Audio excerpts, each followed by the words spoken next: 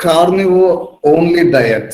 So this question came just today, so I just included it here. So a diet that has become very popular in the US and elsewhere is a carnivore diet. And many big celebrities, even scientists, computer scientists and all, they follow this. So this diet is eating red meat only. So they make steak and they eat it. So they view grains, vegetables, fruits as causing all inflammation and disease.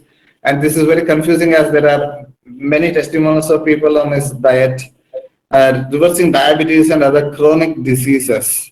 Can you speak about this type of diet from an Ayurveda perspective? See, very clearly Ayurveda suggested Sarva Rasabhyasam Arogyam. All the rasas should be there in a diet. And if you are eating only a protein or something like a red meat only, it doesn't contain the required things, then ultimately you may end up in some deficiency. So that cannot be. Wholeheartedly just blocking anything or putting a restriction and all those things, it is totally absolute. I mean, it is not totally, I can't understand or I cannot accept that. We need to understand everything should be there in that diet. That's what Acharya said. All the rasas, 6 rasas should be there in that every day, whatever we eat it. So if you simply eat only red meat, I don't think so it may going to help you. And even we have got plenty of articles present in the web stating that red meat is also one of the important things for causing cancers. Then where to go, how to go? Simply eating red meat, they are most vulnerable for many type of colon cancers. And even the cancers of the breast is also involved there. There are plenty of such issues are there. But all these diseases are the complex nature of the body as well as the ability of the body to fight it back, and when it is failed to fight it back, all these factors fall in line and they are responsible for the pathogenesis of any disease. It's simply blaming on simple one diet or vegetable which is causing the inflammation and all those things. That is a totally unworthy statement to be considered. There are many books written on how, having a non-vegetarian diet would cause cancers and other things. Especially, I profoundly remember How Not to Die book. In that, if somebody reads it, probably he is going to stop eating even egg for that matter. So in that, he explains that how chickens are killed or how they are killed before they are used in preparing chicken and all. These hens or cocks, they are killed with a kind of a hook, and they are punctured through the stomach area of the animal, and that's how the cock dies. But when it dies and it is punctured, some of the intestinal fecal material also gets stuck into the meat, and howsoever cleanliness and hygiene is maintained, the fecal material is inadvertently mixed with the chicken, and he goes on giving a lot of research paper explaining about what are the hazards of that. And there is a book called as Lifespan in which Harvard professor David Sinclair explains that having meat less diet is probably the way to go as far as extending our aging is concerned, meaning excessive meat can cause increased aging. Definitely, excessive meat or only meat diet definitely not only causes early aging, it is also responsible for various diseases related to heart, and it is responsible for various cancers to originate in the body.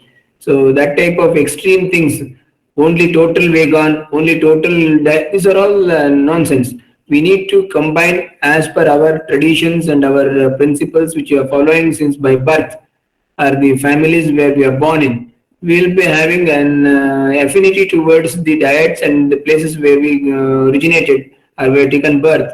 So that things has to be incorporated. But today we are in such a thing that if you go to across the world, we try to taste and try to customize ourselves to the different type of diets. So that is maybe because of practicality, or it may be just out of curiosity, just you want to try all those things. But from the point of health, eating anything only one type of thing, it is always not good. It cannot be giving you all the required elements for the sustenance of life. If you want to just change the diet for the type of any other things, then there may be a lot of issues may develop inside your body. You may become prone for many type of cancers. Of course, there are sporadic cancers which can occur to anybody without anything.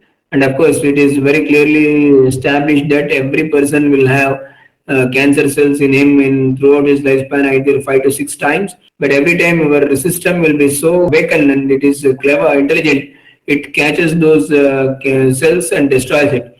But only when our system fails to catch it, then we develop cancers. So this is what the messages has been given, and even the studies have been shown. So it is better not to fix only that only meat diet or only total vegan diet. All these are going to definitely cause lot of deficiency issues, and there are some worst pathologies may arise out of it that is not expected. And that's the reason we need to take the diet which has all the taste, all the rasas, and all the fibers, qualities, proteins, carbohydrates, whatever, whatnot else, including even the fats. There are fats which is required for the body. People say that total cholesterol free diet. It is bogus. Body makes the cholesterol. Without cholesterol, we can't live. Every cell wall is made up of cholesterol. We need cholesterol. Then they will categorize as a good cholesterol and bad cholesterol. There is no good cholesterol, bad cholesterol. You maintain the particular type of thing, consume the which is required for your body, and try to maintain it. There are only certain people they are having the hereditary problems that they tend to develop the higher triglyceridemia. Their all other cholesterol pattern will be normal, but their triglycerides will be higher. There are people like that, particularly the vegans.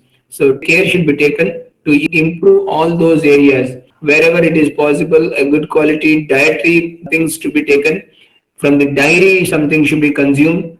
People nowadays say that dairy should be avoided, dairy, because they are thinking of the westernized, that cows, the Jersey cows and all those things which give 30 liters of milk and something like that per day. It is not required. There are basic cows, the Indian style of cows, and that gives you A1 type of milk or A2 type of milk. See, these qualities, they have changed it. And they have said that is good to body because they produce very little one and they eat particular type of grass and all those things. Nowadays, for the commercial purpose, we are feeding the cows with a lot of fodder, chemical fodders, and even the manufactured things. And we are interested in getting more and more milk. And that type of things are not good to the body. But if we say in basic milk, then it is definitely good. And even the grita. That's why Acharya Shishruta has very clearly said, Nitya Rasayana, what are those things? Very clearly says, Dugdha and Ajya. That is Grita. Grita and Dugdha both are Ajasrika Rasayana. Every day it should be consumed by everyone. That's what Acharya's message is.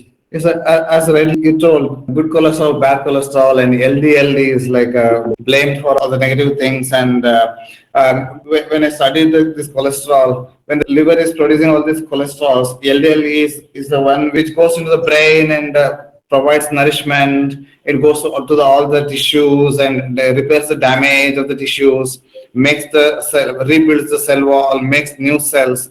So there is no concept of bad cholesterol, good cholesterol, just with the diet.